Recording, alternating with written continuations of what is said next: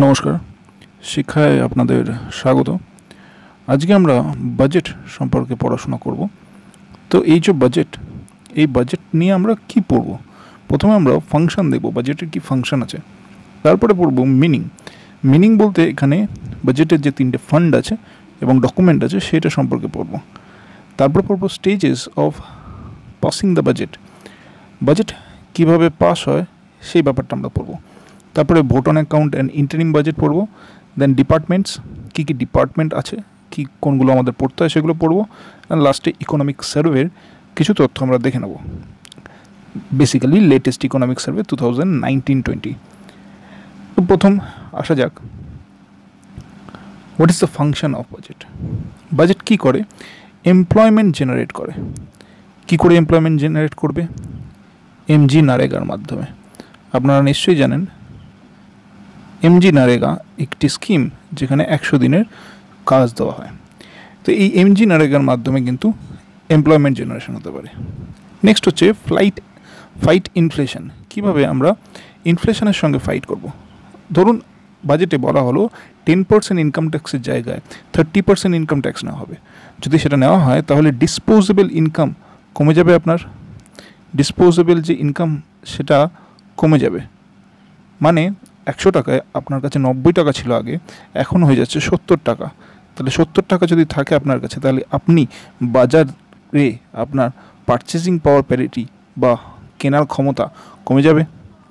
সেক্ষেত্রে ইনফ্লেশন, মানুষের হাতে যদি পয়সা না থাকে তাহলে ইনফ্লেশন রোধ করা যেতে পারে। সিমিলারলি ডিফ্লেশনের ক্ষেত্রেও একই ব্যাপার। আগে যদি 10% নিত, এখন যদি 5% নেয়, তাহলে আপনার কাছে কত থাকবে? 95। তাহলে আপনি বাজারে বেশি, আপনার কাছে ডিসপোজেবল ইনকাম বেশি থাকার দরুন আপনি 100 টাকার মাংস 95 টাকা বা 195 টাকায় কিনতে পারবেন। নেক্সট হচ্ছে বুস্ট ইকোনমিক গ্রোথ। ইকোনমিক গ্রোথকে কীভাবে বুস্ট করা যেতে পারে দেখা যাক। এটা একটু বোঝার বিষয় আছে, ব্যাপারটা বুঝুন।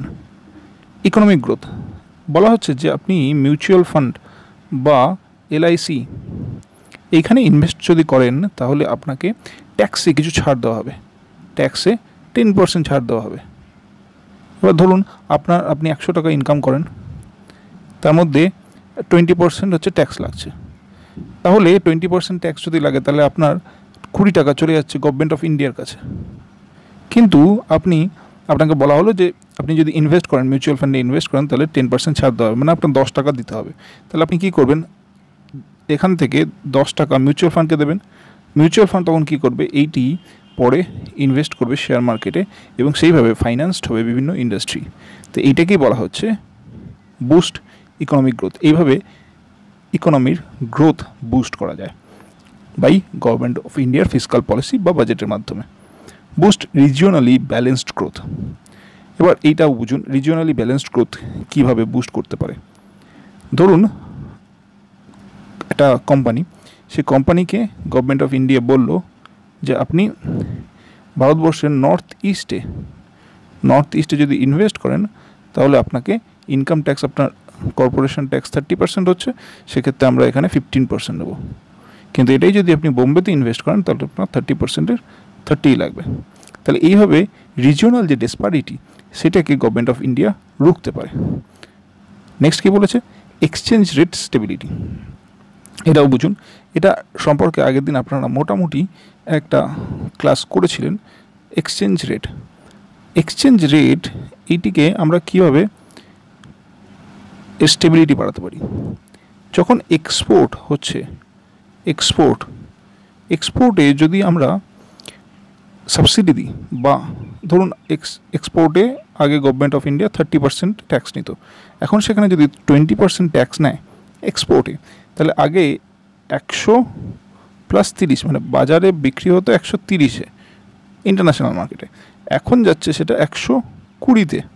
তাহলে এই এক্সপোর্ট কোম্পানিগুলোর লাভ হচ্ছে এবং এখানেই ডলারের থেকে রুপিজের চাহিদা বাড়ছে।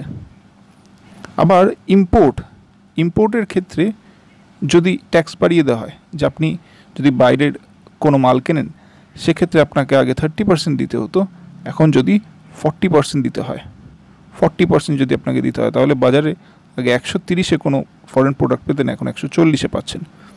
তাহলে সেক্ষেত্রে একটা আমরা পড়েছিলাম ক্যাপিটাল অ্যাকাউন্ট আর কারেন্ট অ্যাকাউন্ট। কারেন্ট অ্যাকাউন্টের ক্ষেত্রে এক্সপোর্ট মাইনাস ইম্পোর্ট, এইখানে ব্যালেন্স অফ পেমেন্টের এইখানে এক্সপোর্ট যদি আপনার বেশি হয় কোনো দেশের, ইম্পোর্ট যদি কমে যায়, তাহলে সেক্ষেত্রে কি হবে, আমাদের একটা ফাইন্যান্সিয়াল স্টেবিলিটি আসবে বা আমাদের এক্সচেঞ্জ রেট স্টেবিলিটি আসবে বা রুপি অ্যাপ্রিসিয়েশন হবে। তাহলে এটা আমরা বুঝলাম। একবার শর্টে আবার বলছি, এমপ্লয়মেন্ট কি ফাংশন, এমজি নারেগার মাধ্যমে এমপ্লয়মেন্ট জেনারেশন করতে পারে। ইনফ্লেশনের সঙ্গে কীভাবে ফাইট করতে পারে, ডিসপোজেবল ইনকামকে যেরকমভাবে রেগুলেট করবে সেই অনুযায়ী হবে ব্যাপারটা। ইকোনমিক গ্রোথ আমরা বুঝলাম কীভাবে ইকোনমিক গ্রোথ হতে পারে, মিউচুয়াল ফান্ডের মাধ্যমে ট্রান্সফার করা যেতে পারে টাকা পয়সা। নেক্সট হচ্ছে রিজিওনাল ব্যালেন্সড, নর্থ ইস্ট বা ইস্টার্ন রিজিয়নে ফ্যাক্টরি খুললে আমরা করে কিছু ছাড় দেবো, এরকম যদি কিছু বলে গভর্নমেন্ট অফ ইন্ডিয়া। আর এক্সচেঞ্জ রেট স্টেবিলিটি, যেটা ব্যালেন্স অফ পেমেন্টের ক্ষেত্রে এক্সপোর্টে যদি সাবসিডি দেওয়া হয় আর ইম্পোর্টে যদি বেশি বেশি করে কাস্টম ডিউটি লাগানো হয়, তাহলে সেক্ষেত্রে রুপি অ্যাপ্রিসিয়েট হবে, মানে আমাদের ব্যালেন্স অফ ট্রেড পজিটিভের দিকে যাবে। এরপরের জিনিসটা একটু পলিটিক্যাল অ্যাঙ্গেল বা ইন্ডিয়ান পলিটি চ্যাপ্টার 22-তে বাজেট সম্পর্কে যেটা বলা আছে সেগুলোই আমরা একটু দেখে নিচ্ছি। বাজেটের যে মিনিং, মানে বাজেটের 3টে ফান্ড আছে। কি সেই 3টে ফান্ড? প্রথম ফান্ড হচ্ছে consolidated fund of India, consolidated fund of India বা সিএফআই। এটি বলা আছে আর্টিকেল 266-এ। কি এটা? যত ট্যাক্সের মাধ্যমে, ইনকাম ট্যাক্সের মাধ্যমে যে টাকাটা আসবে, লোনের মাধ্যমে যে টাকাটা আসবে, মানে world bank, international monetary fund, এবং থার্ড, যদি আমরা নেপালকে লোন দিয়েছি এবং নেপাল থেকে ইন্টারেস্ট প্লাস প্রিন্সিপাল যদি আসে, সেটা যে জায়গাটাতে আমরা রাখবো সেটা কি বলা হয়? কনসলিডেটেড ফান্ড অফ ইন্ডিয়া বা সিএফআই। এই জিনিসটা কনসলিডেটেড ফান্ড অফ ইন্ডিয়া বা সিএফআই। এই ফান্ড থেকে যদি টাকা তুলতে হয় তখন কিন্তু পার্লামেন্টের অ্যাপ্রুভাল নিতে হয়, এখানে পার্লামেন্টের ভোটাভুটি করতে হয়। তাহলে আমরা জাস্ট পাশে লিখে রাখলাম P. Contingency fund of India. কি এই কন্টিনজেন্সি ফান্ড অফ ইন্ডিয়া? এটি আছে আর্টিকেল 267-এ। আর্টিকেল 267-এ এর মানে হচ্ছে যে যদি আপাতকালীন কোনো টাকা পয়সা লাগে, তাহলে যে ফান্ড থেকে টাকাটা সংগ্রহ করা হয় তাকে বলা হয় কন্টিনজেন্সি ফান্ড অফ ইন্ডিয়া। এখানে মোটামুটি 500 কোটি টাকা থাকে এবং এটা জিম্মায় থাকে হচ্ছে প্রেসিডেন্ট, আর প্রেসিডেন্টের আন্ডারে ফাইন্যান্স সেক্রেটারি থাকে। তো হঠাৎ করে যদি এই করোনা বা এরকম কোনো মহামারী দেখা দেয়, ডিজাস্টার দেখা দেয়, তখন তো সেই পার্লামেন্টের মাধ্যমে টাকা তুলতে গেলে তো অনেকটা সময় লেগে যাবে। তো সেই জন্য কন্টিনজেন্সি ফান্ড অফ ইন্ডিয়াতে কোনো পার্লামেন্টের ভোটাভুটি লাগে না, পার্লামেন্টের ভোটাভুটি লাগে না। কিন্তু আপনার যদি মনে প্রশ্ন হতে পারে এই 500 কোটি টাকাটা কোথা থেকে এলো, এটা কিন্তু কনসলিডেটেড ফান্ড অফ ইন্ডিয়া থেকেই এসছে, ওই ভোটাভুটি করেই এসছে, আগে থেকেই নিয়ে এসে রাখা হয়, ইমার্জেন্সি ফান্ড টাইপের। ঠিক আছে, নেক্সট হচ্ছে পাবলিক ফান্ড। পাবলিক ফান্ড কোথায় আছে? Article 266 sub article 1। এখানেও কিন্তু পার্লামেন্টে ভোটাভুটি লাগে না। এটা কি জিনিস? এই জিনিসটা হচ্ছে পাবলিক ফান্ড, মানে ধরুন গভর্নমেন্ট অফ ইন্ডিয়া এখানে একটা ব্যাংকের কাজ করছে, অ্যাজ আ ব্যাংক। কি মানে একটা জায়গা থেকে টাকা এলো, ঠিক আছে, ধরুন 100 কোটি টাকা এলো কোথাও থেকে, সেই 100 কোটি টাকা আবার কাউকে রিসিপ্টে দেওয়া হবে, কেউ রিসিভ করবে। এর মাঝখানে যতক্ষণ যে ফান্ডের মধ্যে টাকাটা থাকে তাকে বলা হয় পাবলিক অ্যাকাউন্ট। ধরুন আপনি কোনো পোস্টাল অর্ডার করলেন, সেই পোস্টাল অর্ডারের টাকাটা পোস্ট অফিসের মাধ্যমে গভর্নমেন্ট অফ ইন্ডিয়ার কাছে ঢুকলো এবং তারপরে সেখান থেকে আবার কেউ রিসিভ করলো। তো এই যে মধ্যবর্তীকালীন যে ফান্ড, যেখানে আপাতকালীনভাবে রাখা হয় কোনো টাকা পয়সা ডে টু ডে এক্সপেন্সের জন্য, তাকেই বলা হয় পাবলিক অ্যাকাউন্ট। এবং এটি আছে আর্টিকেল 266(1)। এখানেও কিন্তু পার্লামেন্টের ভোটাভুটি লাগে না। বুঝতেই পারছেন, ডে টু ডে এরকম কোনো এক্সপেন্ডিচার করতে গেলে যদি বারবার পার্লামেন্টের কাছে যেতে হয় তাহলে তো কোনো কাজই করা যাবে না। নেক্সট, কি কি ডকুমেন্ট লাগে? এখানে হচ্ছে ডকুমেন্টেশনের ব্যাপারটা আমাদের বুঝতে হবে যে অ্যানুয়াল ফাইন্যান্সিয়াল স্টেটমেন্ট নামটা শুনেছেন হয়তো, যে বাজেট বলে কিছু হয় না। বাজেট তো একটি জাস্ট বাক্সর নাম, যেটা আগে থেকে ব্রিটিশ আমলের কাছ থেকে ব্যবহার হয়ে আসছে। কিন্তু জেনারেলি বাজেট বলতে অ্যানুয়াল ফাইন্যান্সিয়াল স্টেটমেন্ট বোঝায়, এবং এটি আছে আর্টিকেল 112-তে। আর্টিকেল 112 এখানে কি লেখা আছে? এখানে বলা আছে যে রেভিনিউ এক্সপেন্ডিচার মাস্ট বি শোন সেপারেটলি ফ্রম আদার এক্সপেন্ডিচার। মানে এখানে আগের বছরের রিসিপ্ট আর এক্সপেন্ডিচার সম্পর্কে বলা আছে। রিসিপ্ট প্লাস এক্সপেন্ডিচার এটি সম্পর্কে বলা হচ্ছে অ্যানুয়াল ফাইন্যান্সিয়াল স্টেটমেন্টে। ফাইন্যান্স বিল জিনিসটা কি? ফাইন্যান্স বিল হচ্ছে পার্লামেন্টের কাছ থেকে পারমিশন নেওয়া টু কালেক্ট ট্যাক্সেস। ফাইন্যান্স বিলের আর্টিকেল হচ্ছে 265, আর্টিকেল হচ্ছে 265। আর অ্যাপ্রোপ্রিয়েশন বিল মানে কি? অ্যাপ্রোপ্রিয়েশন বিল মানে হচ্ছে পার্লামেন্টের পারমিশন নেওয়া টু স্পেন্ড মানি, এবং এটি আছে আর্টিকেল 114-তে। আবার বলছি, ফাইন্যান্স বিল মানে কি আর অ্যাপ্রোপ্রিয়েশন বিল মানে কি, খুব ভালো করে বুঝবেন। অ্যাপ্রোপ্রিয়েশন বিল মানে স্পেন্ড করা, স্পেন্ড করার ক্ষমতা অর্জন করা। কার কাছ থেকে? পার্লামেন্টের কাছ থেকে। আর ফাইন্যান্স বিল মানে হচ্ছে ট্যাক্স কালেক্ট করার ক্ষমতা, ট্যাক্স কালেক্ট। বুঝতে পারছেন? আর অ্যানুয়াল ফাইন্যান্সিয়াল স্টেটমেন্ট মানে কি? যে আগের বছরের এক্সপেন্ডিচার আর রিসিপ্ট সম্পর্কে বর্ণনা করা আছে। তাহলে এই যে নির্মলা সীতারামন বই খাতা লাল রঙের একটি কাপড়ের মধ্যে দিয়ে নিয়ে বাজেট পেশ করলেন, তাতে উনি কী কী নিয়ে গেছিলেন? উনি নিয়ে গেছিলেন অ্যানুয়াল ফাইন্যান্সিয়াল স্টেটমেন্ট, আগের বছরের এক্সপেন্ডিচার রিসিপ্ট। উনি নিয়ে গেছিলেন ফাইন্যান্স বিল, ট্যাক্স কালেক্ট করবেন তার যে ক্ষমতা অর্জন করা, বা যদি কোনো ট্যাক্সের চেঞ্জ হয় সে সমস্ত বক্তব্য ওখানে, এবং অ্যাপ্রোপ্রিয়েশন বিল যে টাকাটা আসবে সেটাকে স্পেন্ড করার ক্ষমতা। বোঝা গেল? এইবার যদি আপনাকে বলে এর মধ্যে কোনটি মানি বিল, এর মধ্যে এই দুটো হচ্ছে আর্টিকেল 110 অনুযায়ী মানি বিল। আর্টিকেল 110 অনুযায়ী মানি বিল।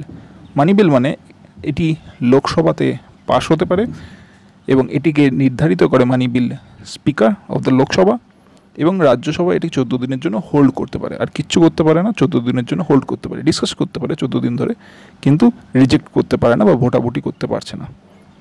ঠিক আছে, এই সম্পর্কিত কিছু কোশ্চেন ছিল ইউপিএসসি প্রিলি 2015-এ, আমরা কোশ্চেন অ্যান্সার সিরিজ ভিডিওটাতে সেটা দেখব।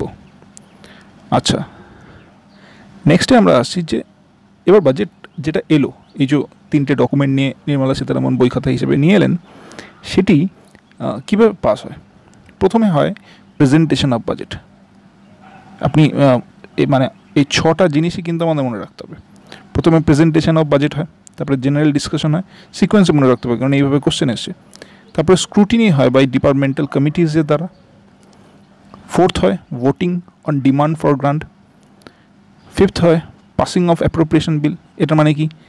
অ্যাপ্রোপ্রিয়েশন বিল এক্ষুনি আমরা পড়ছি যে স্পেন্ড, মানি স্পেন্ড করা, কনসলিডেটেড ফান্ড অফ ইন্ডিয়া থেকে টাকাটা আসবে, সেটাকে স্পেন্ড করার ক্ষমতা। লাস্টে passing of financial bill. Financial bill মানে কি?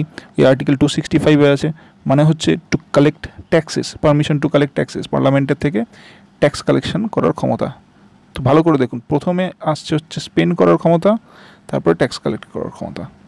তাহলে আবার বলছি, presentation of budget, then general discussion, scrutiny of departmental committee, এর মধ্যে অনেক কিছু আছে, ওই লক্ষ্মীকান্ত চ্যাপ্টার 22-তে আপনি পড়ে নেবেন। 4th হচ্ছে voting on demand for grant, passing of appropriation bill, and 6th হচ্ছে passing of financial bill. Next, তাহলে ভোট অন অ্যাকাউন্ট আর ইন্টারিম বাজেটের মধ্যে ডিফারেন্সটা কি? ভোট অন অ্যাকাউন্ট কিন্তু এই মুহূর্তে মানে বর্তমান সরকার এসে প্রায় তুলেই দিয়েছে, কিন্তু আমরা এটাকে ভালো করে বুঝবো। ভোট অন অ্যাকাউন্ট মানেটা কি? আগে হতো কি, 2017-র আগে last day of February, 28th ফেব্রুয়ারিতে আমার বাজেট পেশ হতো। ঠিক আছে, 28 ফেব্রুয়ারিতে। এইবার বাজেটটা পেশ হয়ে এই যে 6টা স্টেজের মধ্যে দিয়ে যাচ্ছে, এটা হতে হতে মে মাস পর্যন্ত লেগে যেত। তাহলে বেসিক্যালি অ্যাপ্রোপ্রিয়েশন বিল যতক্ষণ না পাস হবে, তারপরে ফাইন্যান্স বিল পাস হবে, তো ওটা হতে হতে মোটামুটি এই তারিখ পর্যন্ত লেগে যেত। তাহলে আগের যে বাজেট, সেই অনুযায়ী ফাইন্যান্সিয়াল ইয়ার কি 31 মার্চ পর্যন্ত, 31 মার্চ। তাহলে আপনি আগের যে পার্লামেন্টে বাজেটটা রেখেছিলেন তার ভ্যালিডিটি হচ্ছে 31 মার্চ পর্যন্ত। কিন্তু আপনার নেক্সট ভ্যালিডিটি শুরু হতে হতে মে মাস লেগে যাচ্ছে। তাহলে এই টাইমটায়, এই যে ইন বিটুইন টাইম, এর মাঝখানে যদি আপনাকে খরচ করতে হয়, তাহলে আপনার কাছে নেক্সট অ্যাপ্রোপ্রিয়েট বিল পাসই হয়নি, তো কী করে খরচ করবেন? অধিকারটা কোথা থেকে পাবেন? সেই জন্য ভোট অন অ্যাকাউন্ট পাস করিয়ে নেওয়া হতো। ভোট অন অ্যাকাউন্ট মানে হচ্ছে যে এক্সপেন্ডিচারের 1/6 অ্যামাউন্ট, মানে বাজেটে যে এক্সপেন্ডিচার হবে তার 1/6 অ্যামাউন্ট এর মধ্যে পাস করিয়ে নেওয়া হতো। ভোট অন অ্যাকাউন্ট মানে in between from 31 March to May যে আইন অধিকারে গভর্নমেন্ট অফ ইন্ডিয়া এক্সপেন্ডিচারটাকে চালাতো, স্যালারি স্টাফ, তাকেই বলা হয় ভোট অন অ্যাকাউন্ট। মনে রাখতে হবে এটা কিন্তু এভরি ইয়ার হতো। কিন্তু বর্তমান অবস্থা কি? বর্তমান অবস্থা হচ্ছে এখন গভর্নমেন্ট অফ ইন্ডিয়া ফার্স্ট উইকেই, মানে ফার্স্ট ফেব্রুয়ারির মধ্যেই পাস করিয়ে নিচ্ছে বাজেট, মানে বাজেট পেশ করছে। তো এই বাজেট 31 মার্চ আস্তে আস্তে কিন্তু পুরো প্রসেস, এই 1 2 3 4 5 6 6টা প্রসেস হয়ে প্রেসিডেন্টের হস্তাক্ষর পড়ে যাচ্ছে 28 মার্চের মধ্যে।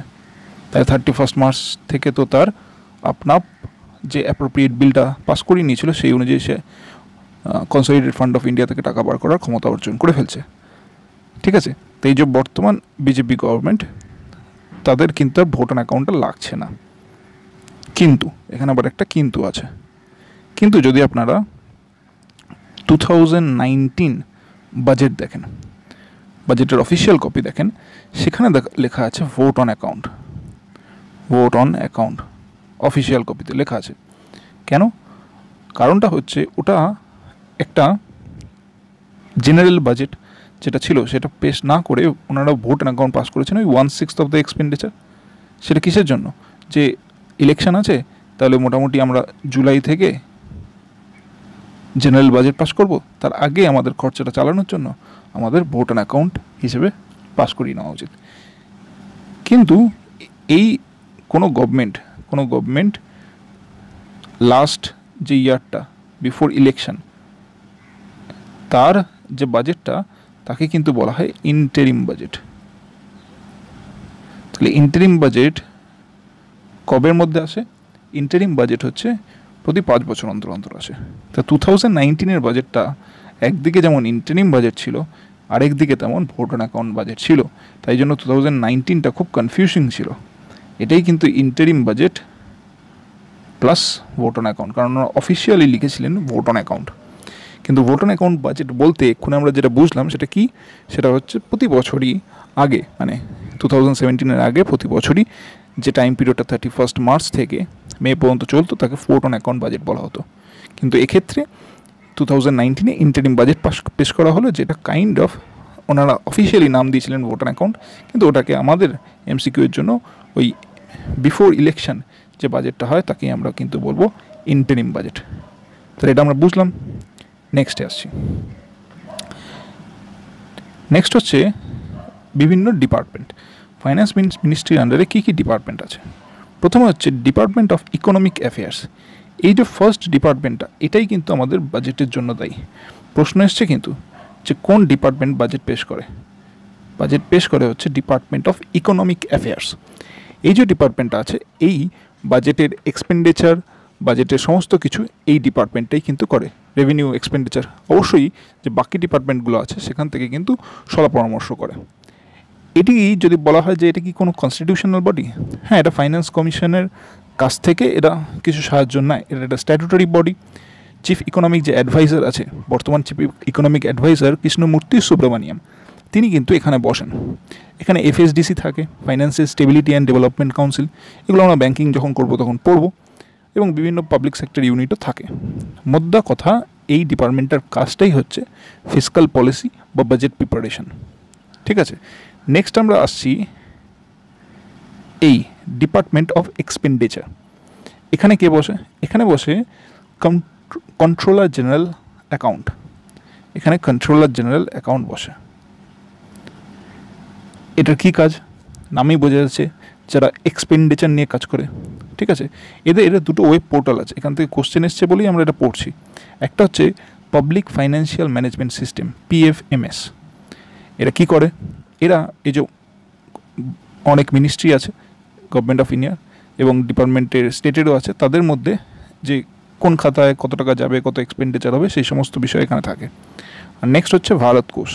এই ভারত কোষে আপনারা যদি যোজনা কুরুক্ষেত্র পড়েন তো এই ওয়েবসাইটটায় পাবেন, যেগুলো হচ্ছে জেনারেলি এক্সপেন্ডিচার হিসেবে কল্পনা করা যায় না। ঠিক আছে, নেক্সট আমরা পড়ব department of revenue. Department of revenue মানে হচ্ছে যেখানে কালেকশন হচ্ছে। রেভিনিউ মানে কি? রেভিনিউ মানে হচ্ছে ডিবিডিটি, ডাইরেক্ট ট্যাক্স আর ইনডাইরেক্ট ট্যাক্স। মানে রেভিনিউ ডিপার্টমেন্ট মানে হচ্ছে কালেকশন অফ রেভিনিউ নিয়ে যে ডিপার্টমেন্টটা ডিল করবে তাকে বলা হয় ডিপার্টমেন্ট অফ রেভিনিউ। এখানে মানে central board of direct tax হতে পারে, central board of direct tax হতে পারে, সেন্ট্রাল বোর্ড অফ ইনডাইরেক্ট ট্যাক্সও হতে পারে। নেক্সট আসছে DFS, department of financial service. এখানে যত ব্যাংক, পাবলিক সেক্টর ইউনিট, সেখানকার বক্তব্য বা সেই জায়গাটাকে যারা সামলায়, যে ডিপার্টমেন্টটা সামলায়, তাকেই বলা হয় ডিপার্টমেন্ট অফ ফাইন্যান্সিয়াল সার্ভিস। ঠিক আছে, এখানে আমরা পরবর্তীকালে EPFO, ESIC নিয়ে আলোচনা করব। ফিফথ যে ডিপার্টমেন্টটা আছে সেটা হচ্ছে DIPAM। DIPAM মানে হচ্ছে department of investment and public asset management. মানে বেসিক্যালি এরা ডিসইনভেস্টমেন্ট নিয়ে দেখাশোনা করে। এই ডিপার্টমেন্টটা হচ্ছে ইনভেস্টমেন্ট নিয়ে কাজ করে। ঠিক আছে, আর লাস্ট যেটা আছে সেটা হচ্ছে অডিট অ্যান্ড অ্যাকাউন্ট ডিপার্টমেন্ট। কিন্তু ইন্ডিয়া ইয়ারবুক 2019 যদি আমরা দেখি, সেখানে 6 নম্বর ডিপার্টমেন্টকে ফাইন্যান্স মিনিস্ট্রির আন্ডারে রাখেনি, এটাকে একটা সেপারেট ডিপার্টমেন্ট হিসেবে কল্পনা করা হচ্ছে। তাই আমরা যদি আমাদেরকে জিজ্ঞেস করা কটা ডিপার্টমেন্ট আছে ফাইন্যান্স মিনিস্ট্রির আন্ডারে, তাহলে টোটাল কিন্তু 5টা আছে, 6 নম্বরটা নেই। এবার আমরা আসছি লাস্ট, সেটা হচ্ছে ইকোনমিক সার্ভে। ইকোনমিক সার্ভে 2018-19 কি বলা হয়েছে আর 2019-20 কি বলা হয়েছে। 18-19 যদি আমরা দেখি, সেখানে ইকোনমিক সার্ভেতে যে জিনিসটা বলা হয়েছে সেটা হচ্ছে যে কী টাইপের বই দেওয়া আছে ইকোনমিক সার্ভেতে। স্কাই ব্লু, ইকোনমিক সার্ভে যে বইটা বার করেছিল সেটা স্কাই ব্লু ছিল 2018-19। আর 19-20 যে বইটি বার করেছিল সেটি হচ্ছে পার্পল কালার। তো যদি খুচরো কোশ্চেন আসে যে লেটেস্ট ইকোনমিক সার্ভে কীরকম টাইপের, কী কালার, তার কভারটা কী ছিল, সেটা হচ্ছে পার্পল কালার। এবার তারা যুক্তি দিচ্ছে পার্পল কালারটা কেন, because to show the synthesis of old and new ideas for wealth creation and economic freedom. ঠিক আছে, so this is their kind of expression for the justification of purple colour.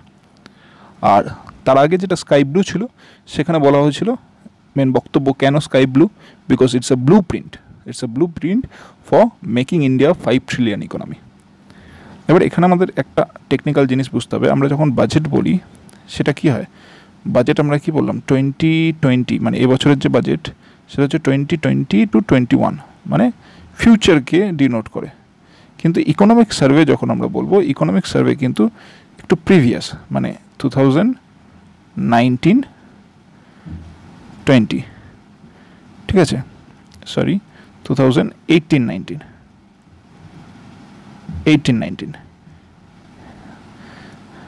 আর 2019-20।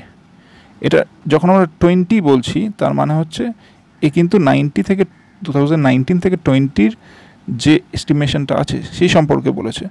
আর 19 যখন বলছে তারা 19-এ পেশ করছে, কিন্তু 18 থেকে 19-এর গল্প তারা বলছে।